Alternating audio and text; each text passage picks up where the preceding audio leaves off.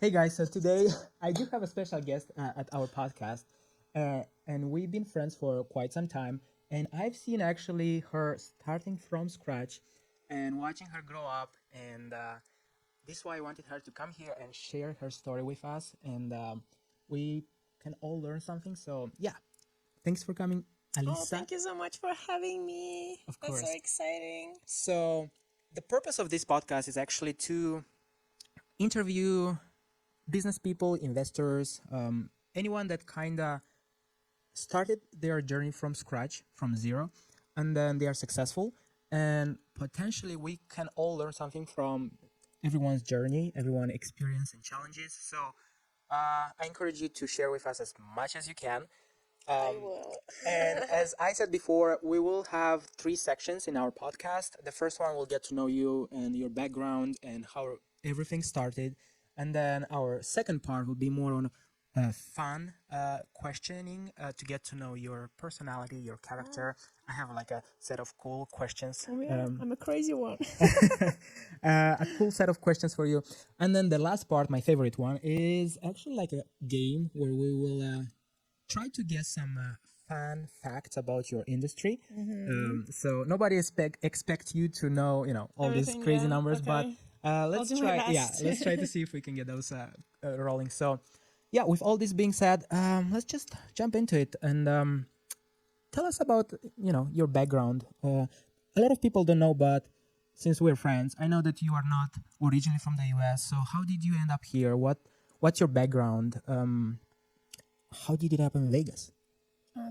That's a good question. It's a funny one, too. Well, we moved here almost 11 years ago. Yes, 11 years ago. Um, it was really unexpected. My now husband, back then, he was not my husband, but he did win in the green card lottery, the green card. Cool. And he was like, if you want to go with me, you have to get married. I mean, we have to get married. So that was a really quick shift into my life when I have to make this decision that I was not ready for it. And we just moved here. Why Vegas? Because we did have two people. I can't say they were our friends. Not even me. My husband, he knew them from when they were kids, and we just came here because we had them. It would have been easier because we had no idea where we're coming. We've never been here before. And we said that let's go. We try it. If we don't like it, we can always go back. But that's how we ended up coming here. It was like Oh wow. magical. So this was like if you think about it, was one of the first big risks that you guys kind of took. Yes. That it was a turning point of your life, and you didn't know it's gonna work out or no, but you were like, We just tried. you just go and go with the We flow and kind see of how. we kind of love to take risks, I which like is it. good. This is amazing because we Yes. try it. It doesn't work. That's fine. Now it's even easier because we learn. But yeah. And then before Vegas, what's your background? Like, what were you guys doing back in? Where are you from? I'm from Moldova. Okay, good to know. Moldova. It's not Yeah. Maldives or anything. It's just No, it's a Republic of Moldova. Nobody knows about this country. I mean, not all of, but I always say it's a very small country between Romania and Ukraine. I want to know you guys where we're from. yeah. It's a hidden gem. Yeah. Yeah. Okay. So so before moving to Vegas and all, what's your background? Like, what are you guys doing there? What we're doing? We were ballroom dancers, professional ballroom dancers. Cool. And I met my husband there. He was my partner, but we never been friends Wow. ever. We gotta do an episode on like relationships and He's gonna be so happy to. dating stories. How did you guys end up together? No, what I'm trying to do here is to see like the evolution where you came from. So you were a ballroom dancer. Yeah, we come from, I guess, not rich families, just Middle class, yeah, ballroom dancer, nothing. win the lottery, came to Vegas, and then so okay. So next question will be, for example, how did you stumble into lashes? Like, so was this like something that you wanted to do since you were a kid? Was the Ever. opportunity that you stumbled onto here? How did you learn it? Why lashes? Like, how? Well, I mean, when we first moved here, we tried to continue with the ballroom dancing, but it did not work out for us. We didn't see this as much as a profession, I guess, anymore. Because I always was saying, I'm not going to be able to dance like when I'm going to be 50, 60 years old. I'm not going to be the same, not the same body or the same energy. And I was more, I can stop. I'm grateful for that experience I had in my life. That was such a good education for me as a child. I miss it. I mean, yes, but not as much. My husband does. Yeah, I don't. How I stepped up in the lash industry, it's so initially I did start to do my own nails out of my our apartment we're living because I did not like the quality I saw here comparing to what's at home because it's a completely different techniques, the way they look. And I was just starting to do my own nails the way I love because I'm very picky, I'm very tedious. Like they have to be perfect. It doesn't matter. Then I started to do some of my friends. And then after a year or two, I saw the Lash game on social media, which was Instagram. I was like, I would love to try it. I loved the way they look, and I did love the money too. It was a really good perspective towards this business, and I was actually really scared because when we do lashes, we work with very sharp tweezers because we have to isolate and see everything. It's a very tedious, delicate work. process, Yeah. So I was really scared, but like when we went back to my country, I said I'm gonna take a training. I'm gonna try. If I can do it, amazing. If I can't, that's fine too. But I had to try, like on myself, how is actually the process. Would I be able, because you work on the eyes. The eyes it's so Yeah. sensitive, like Very dangerous. yeah, very dangerous if you don't know how to do it. So I was like, I'll try it. If it doesn't work, that's fine. I'll still do my nails. But when I came back, I really loved it. Kind of like it was my thing. Wow. And when I got pregnant with my first baby, I stopped nails because it was too much dust. Toxins and Yes. smells. And it was for me better to do the lashes. And when I came back from my maternity leave, that's when I decided no more nails. But before that, because I loved the lashes, I went into the esthetician school to have the license for the lashes so I can be legal. You did the school here in Yes. Nevada? Because I need a license. Oh, wow. Yeah.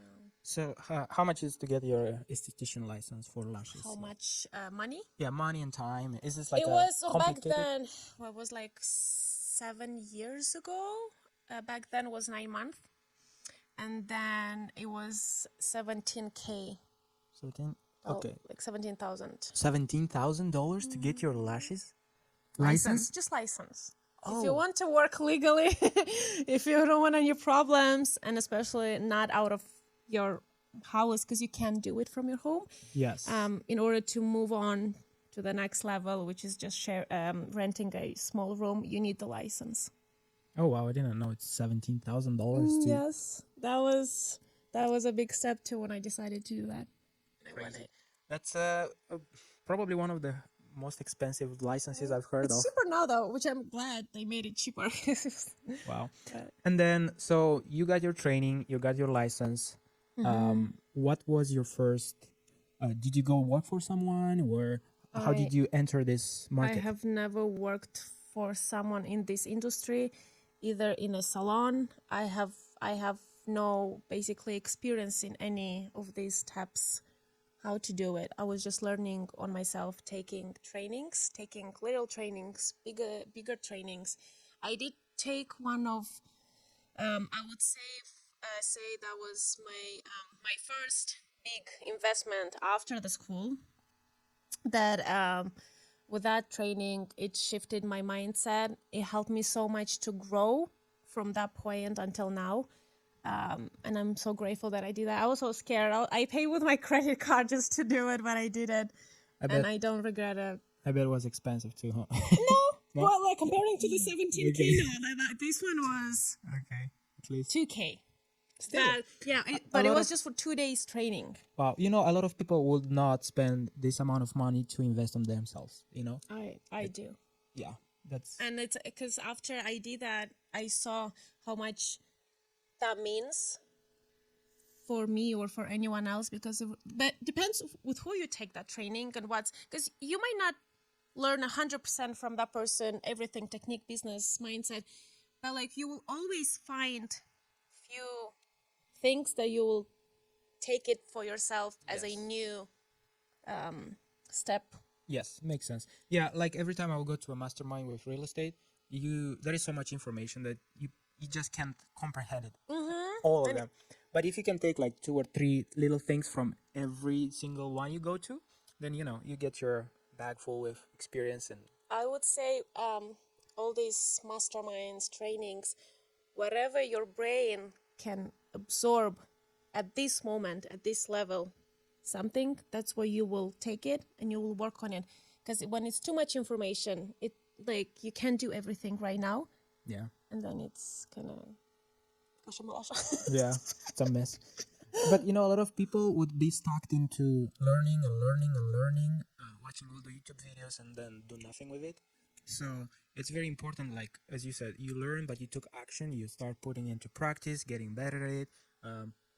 So after you get your license, you start learning, getting all these courses and trainings, and then you basically worked, I don't know, like an independent contractor, renting a room, or how My that worked. first was a small room out of a completely different business. I was just renting the room and I was just growing my clientele by myself somehow on social media posting, plus referrals.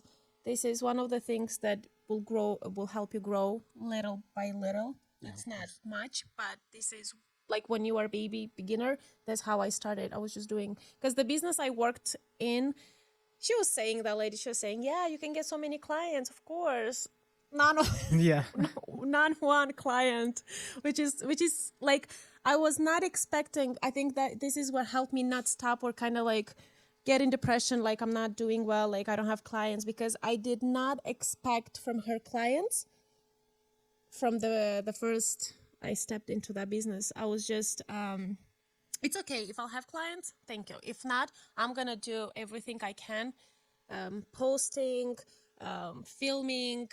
I was trying to do at that time whatever I could best, because that's what I knew. Yeah, the best of your knowledge at the time, right? So of all this conversation, I wanna lead on how did you open the BBA Studio, Oh yeah, Beauty by Alisa, right? that was So you were working into this in this office, renting it, trying to get your clientele, you know, from mouth to mouth experience and recommendations. At what point did you decide that, you know, I'm gonna take another big risk and open this whole new studio salon? Well, from this little room, I did move to another renting room. Okay. Because for me, I'm really thankful for the experience, because I knew what I want the next step To be from it. Like I didn't want to rent anymore from a completely different business a room, because it was not connecting. Yeah. And I moved my next one to a bigger room. It was twice more expensive, but I knew I'm gonna pay for what I'm getting.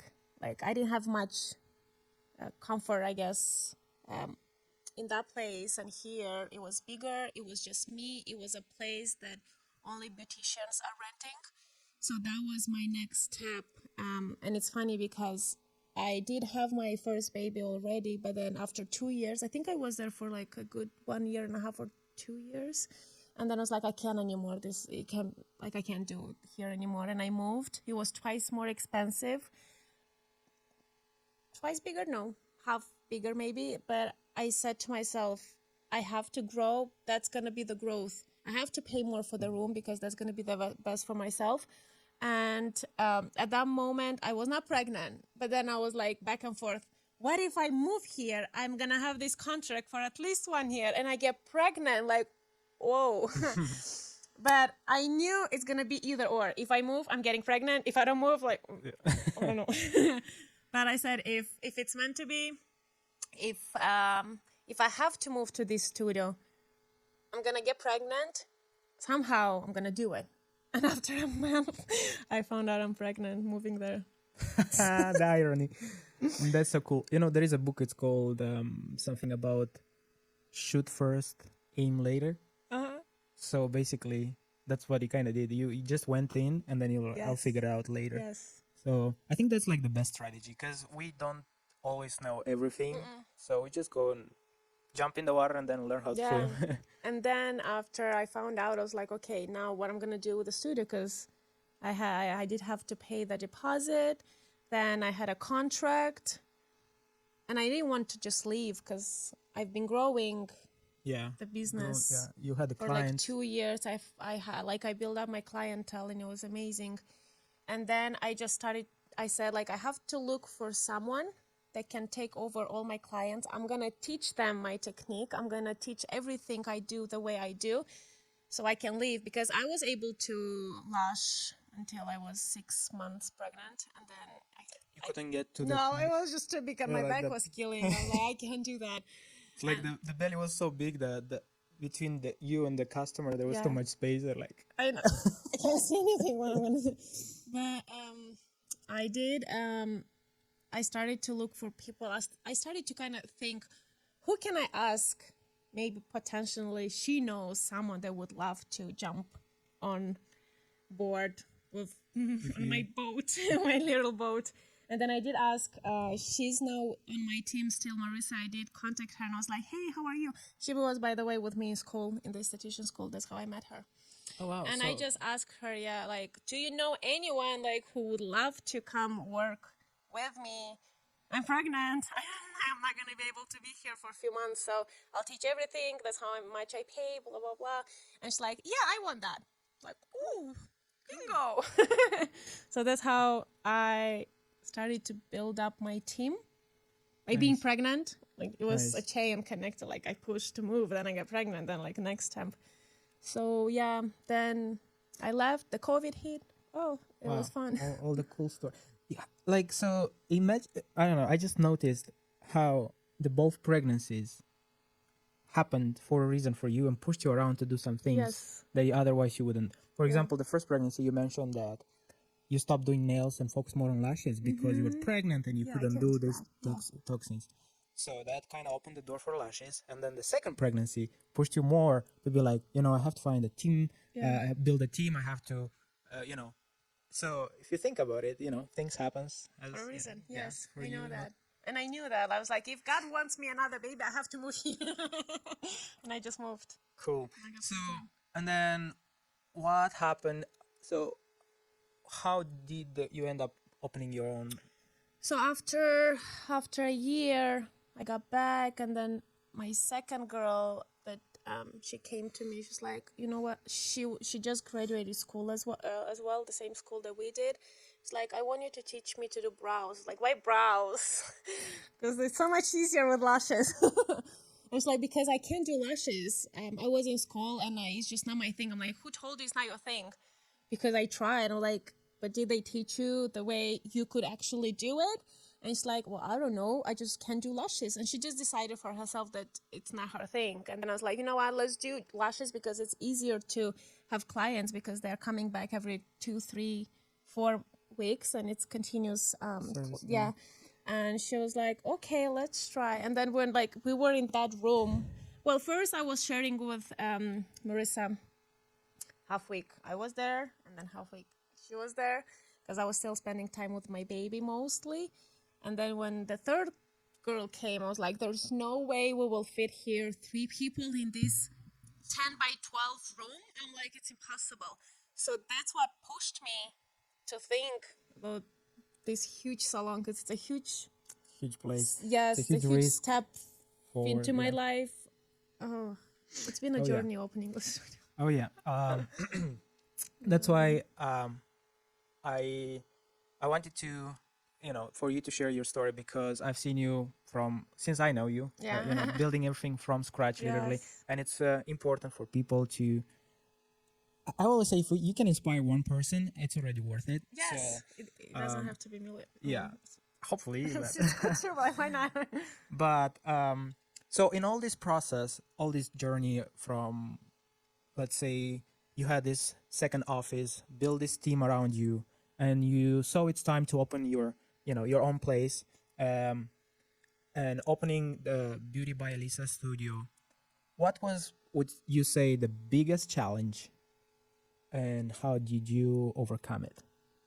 My biggest challenge, I think, it was balancing my personal life, my babies, my family, and with the business. That Yeah. was very, very difficult. How to find a way to be at home, spend time with them, quality time, not being stressed because I had that too, and take care of the business too, management because it's everything on me.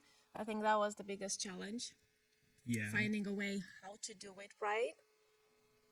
I think after all these years, I think I just recently found that balance, how to do it right.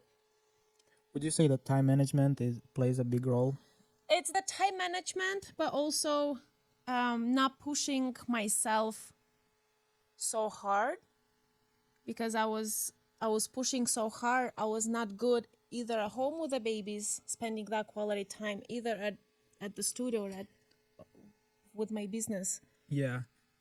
And did you start delegating into this process to find this balance? Like, because when you start a business, as you said, you kind of wear all the hats. You are the manager, you are the worker, you are the accountant, you are the all the Yeah. hats.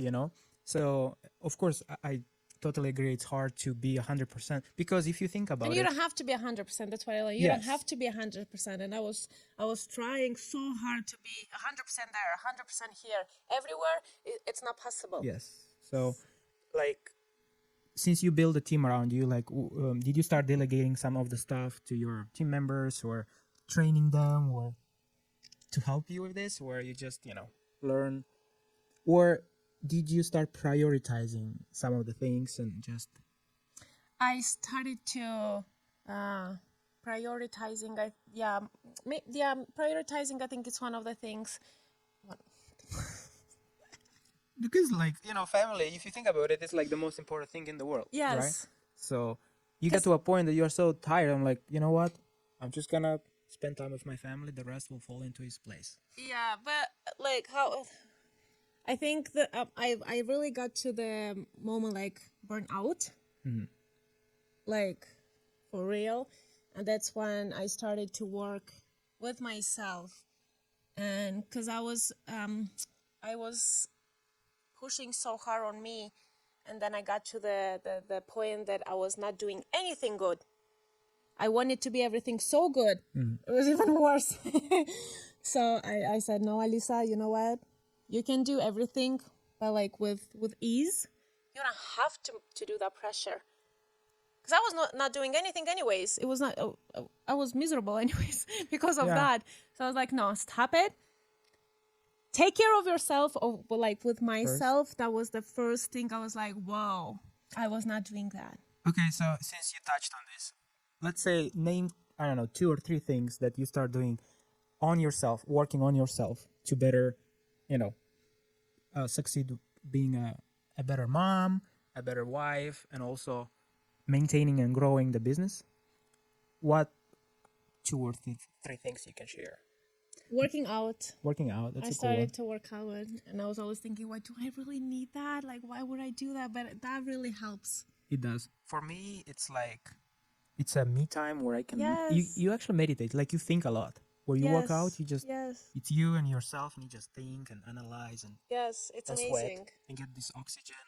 Yeah, love Yeah, that. one thing is the workout, and like the workout, even like with my industry, that I recommend to all the lash artists, like because we do work in such a position, because it's very concentrated, your muscle has to get used with that position.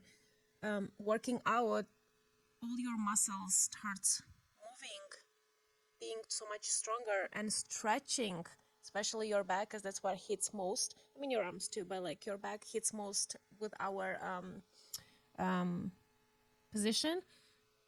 You have to work out. It helps so much. Like before, I could go and get a massage every single month when I was not working out.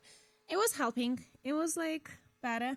But like since I work out, I don't need massages. Yeah. Because I stretch, my muscles are so much stronger. I feel so much better energetically. I have so much more energy and I feel amazing with myself. The body changes too, which is so much better too. Cool. Yeah. All. Workout 1, 2, what helped me? For myself. Sleeping.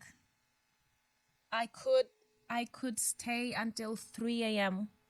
by doing something because I was like, I have to do this, like I have to do all these things, like I don't have time during the day, I'm gonna do this at night. And then because I was not sleeping enough, I was like a veggie for the rest of a few days and I was not doing anything anyway. So sleeping enough, taking at least 1 day for yourself, not having the phone, not looking at the phone, just do your things. Facials, I don't know, just take care of yourself. It's amazing. Cool. It helps you so much. And I was not doing that. I was like, it's okay, I'm not going to do this. Like, I have to do so many other things for my family first and then business. And that's completely wrong. Yeah. I was forgetting about myself, 100%. That's so true. You know, we tend to forget.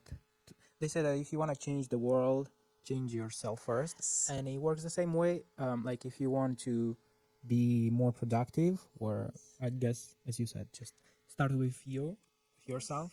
And it's so true. We forget about that.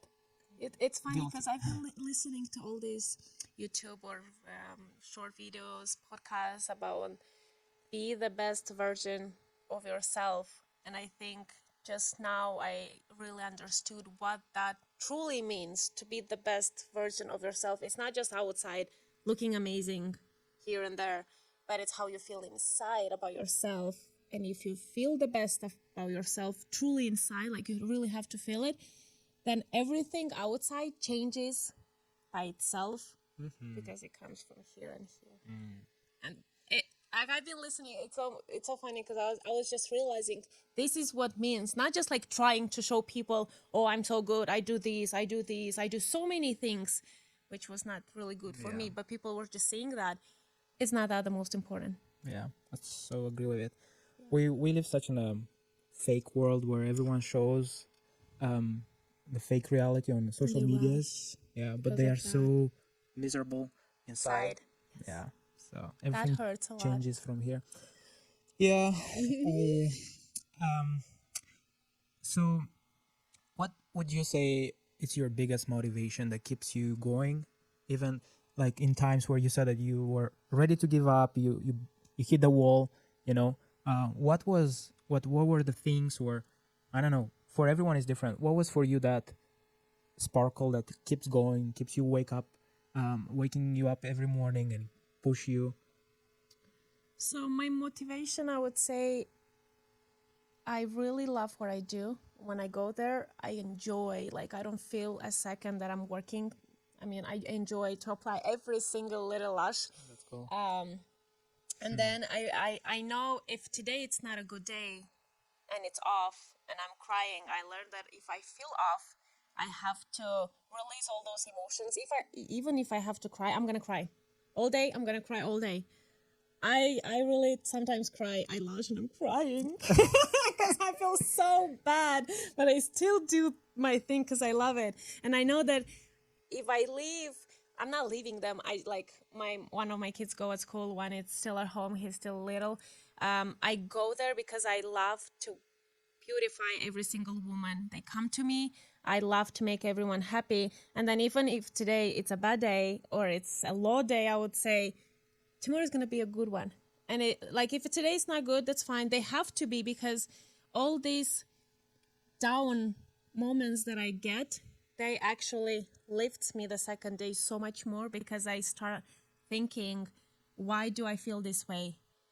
why do I have to learn from that moment that I don't feel well? And then I say, it's okay. I feel this way. I have to feel this way because otherwise it's not perfect. We're not perfect. Nobody's perfect. I don't do anything perfect anymore. And I accepted that because I used to be such a perfectionist. Like, if I have that thing there in that corner, it has to be faced that way. Like, how come you can do that the same? I know. I was not even like thinking, because you don't see whatever I see, and that's fine. If I don't like something, I'm going to go and move it my way, but it's not necessary. It's not something like, hey. Yeah. So that what motivates me. It's going to be good anyways. Cool. And I'm not going to give up because that's the process of growing. I know. It's not the destination, it's the journey, It's right? the same. It's the same. I always give that example to my students, to my team, how they grew until this level, just the same as me. A baby, when he's born, he doesn't start running right away. He crawls, he falls, then he starts slowly walking. He falls on his butt so many times because I have babies and like I've seen them. But So they this- always stand up. But they always stand up and they try. They don't say like, oh, I don't want to walk anymore. Like, why do I have? Because it's so painful. Yeah, it's not for so me. it's the same, the growth of our lives, of business, personal or professional, it's a growth anyway. So if you accept that, it's okay. I fell. Did it hurt? Oh, yeah. It really hurt. But I'm going to stand up and start going again and again. That's how we slowly grow. I stopped. I mean, I do have big dreams, but I stopped rushing my dream and pushing myself to be where I want tomorrow. I'm gonna go up stair by stair. If I fall, I'm gonna go back and like, I can't just jump on the 11th stair right away. You know, they say great things takes time. Yes. So that's I learned also- something amazing. Give time to time. Because time needs time as well. And it's amazing. Like I always know, like, it's okay. Give time to time. You can do that. I can do that. Anyone can do it. But a lot of people nowadays, they struggle with pushing themselves somewhere. They are not ready yet. You have to be ready for every single level here. Because otherwise, that's how you can get crazy. I don't want to get crazy. That's so true. And I think also, I don't know, I'd see at least with social media, for example, that there is... That's a huge one. Yeah, there is so many people out there. There is this 14 years old that they show that they make million overnight, and everyone is like, oh my god, how this... But they do that and I can't, and they stress on themselves. Maybe these people just rented that Lamborghini where they inherited something. But they don't you know? know their journey, how they got there. Yeah, and they are don't know comparing themselves and they are beating themselves up every day because, and just going back to what you said, you know, I think you posted that you cannot compare yourself No. journey with someone else No. because everyone starts, Because you know, differently. everyone's comparing. It's like, well, how can I go further if I'm not good as you? But you don't have to be now because you just started. Yeah. Like I started 5-7 years ago, and I'm growing slowly. I knew that it takes process, but like I've had a moment. I was like, it takes forever. I don't do anything. Like why I'm not moving? I don't make.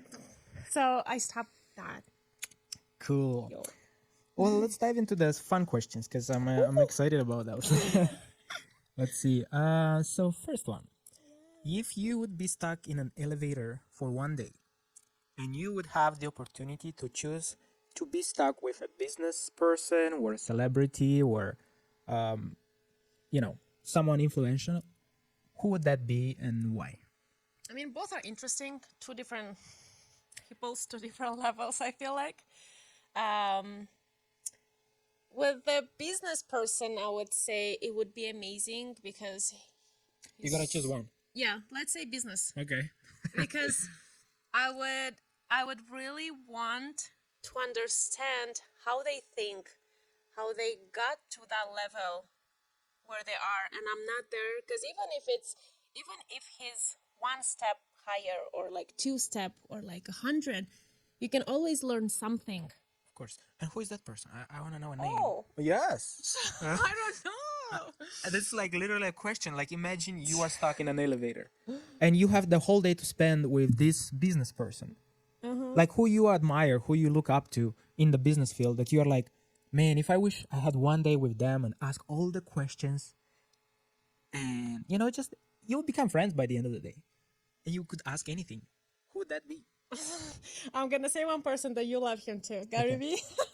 Cool, Gary Vee. And Actually, he's funny. He's really. I actually cool. saw him last week. I saw that. I was like, oh. But before I saw him at some of the masterminds, and I was like an attendee, and I didn't really have like access to Yeah. talk to him or shake his hand.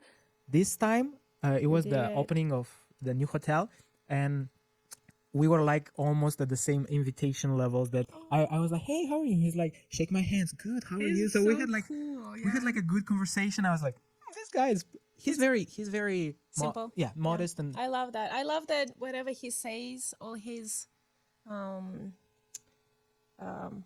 motivation or like do it, it's straightforward. Yeah. He's like he's gonna slap you, but he's gonna be on point, and I love that. Me too. Yeah. There's more people, but like just an Gary example. Vee's fine. I love Gary Vee. He's cool. He'll probably teach you a lot of social media tricks. Yeah. Because he's good at that. And I like, as you said, he's very straightforward. He's not BSing around. Just, you're going to do this, or no, you're going to fail. Yeah. If you're going to, If not, so. Okay. Cool. All right. Next. What superpower would you choose if you could? And why? Why? I don't know. How about just flying in the air and seeing everything from top? What's going on in there? That's a superpower. Yes. Flying. Okay, so you'd basically be able to go anywhere in the world, fly anywhere. Well, yeah. If like flying, I mean, you still can fly with a plane, but well, I think I just like to fly like a bird, to be so like easier. That's crazy, right? No. Actually, it's cool. Like, and I would think like you would want to experience a different level of freedom Yes. that we don't know about. That's cool. I mean, have you tried it? Not yet. I actually want to go, do like a parachute jump, but I'm not. not interested. No. But I'm not gonna be. I've been your asked a friend couple times, and I'm like, I don't want to see Vegas. I don't want to see the desert. I want to see something there. more But beautiful. there's so many places in deserts you can actually jump. I know, but no, I want to go like somewhere more picturesque to see like better stuff. When I jump, I'm like, oh, cool. You should go then. I don't know. Green, Hawaii. Hawaii, or I think they have that. what do you call it? Abu Dhabi, Habibi.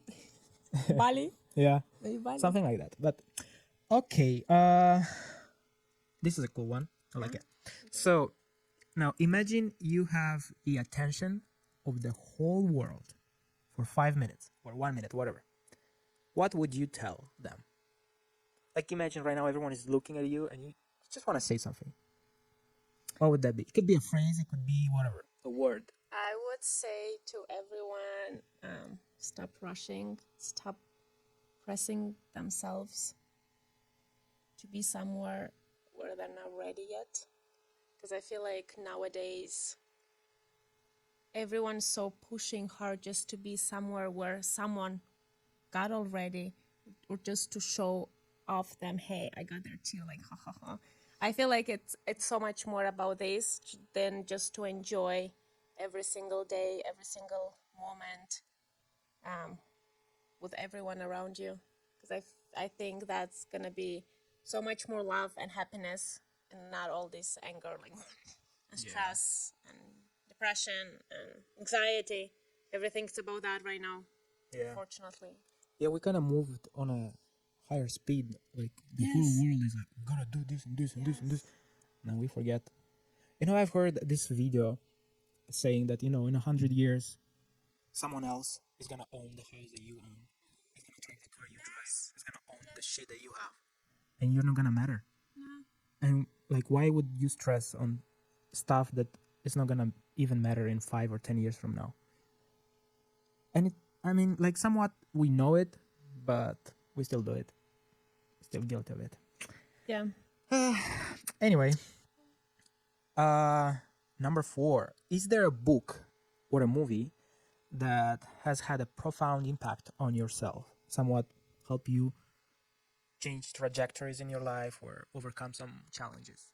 I didn't finish the book yet, but I just started a book that it's called Mindsight. Mindsight? Mindsight. Hmm. It's by Daniel Siegel. Hmm. It's about your brain. You learn everything about Pretty cool. what's going on. Inside there? Yeah, and that's really interesting for me. I just started, and I'm very interested in it to finish it. It takes me a while to read some books right now. But I started and like learning about the brain. We have 2 types of brain. It's amazing. Mm-hmm. So I can't wait to finish the book. Yeah, I've read some books on the Yeah. neuroscience and yes. psychology of brains, and it's mind blowing. So I remember like how when we have like something that we want, and then we have to get it approved of our cortex, like the thinking part of it, and we just make like, oh, I'm gonna do this, but it's okay because I'm gonna buy this t-shirt, but it's okay because it's just $5 or whatever. We have to validate it. Yeah. So it's crazy how brain works, and it's pretty cool. I have to check it out. Yeah. I can share it with you if you want. I used to have like a goal for the year to read like 12 books, and as you said, reading them, it takes a lot of time, right? So now I started to mix. Yeah, I would read one and then have my Audible, just listen in the car or whatever, and I think it's cool. I can do I can do listening because while I work, I can listen.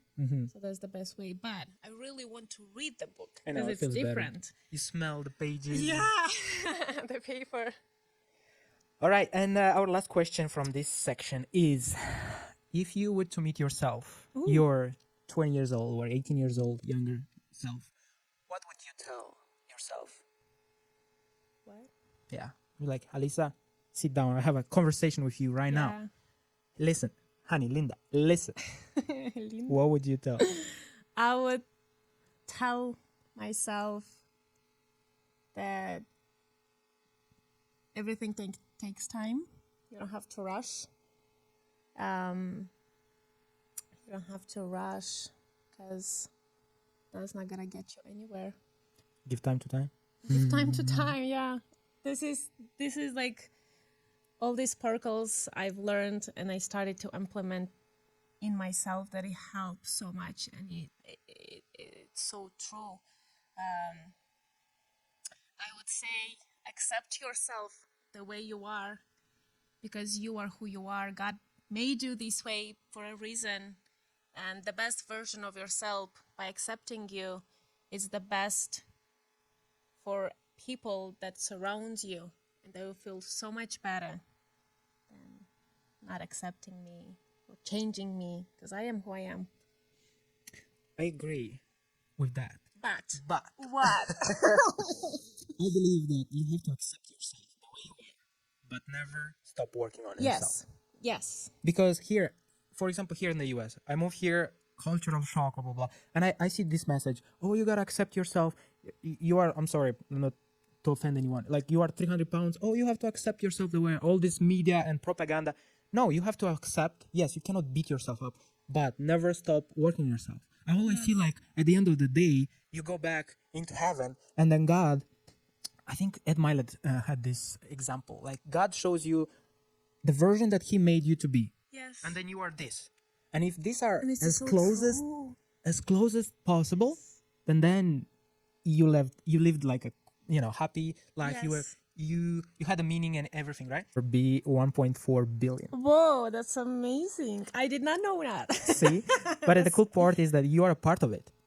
Oh, so it's everyone together. Yeah, the whole world. Oh. The whole industry together is worth 1.4 billion. That's amazing.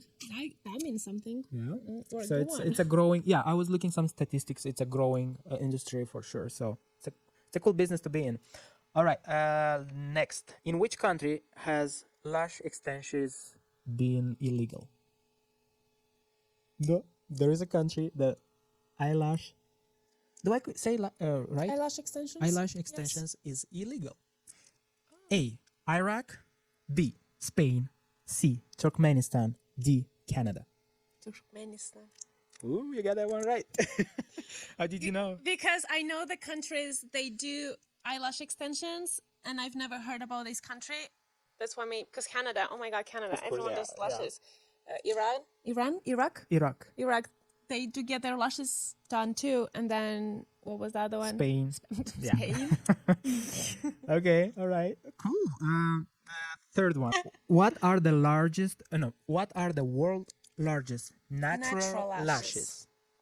15.5 centimeters, 20.5 centimeters, 12 centimeters, or 26 centimeters? Well, Guess. 20.6.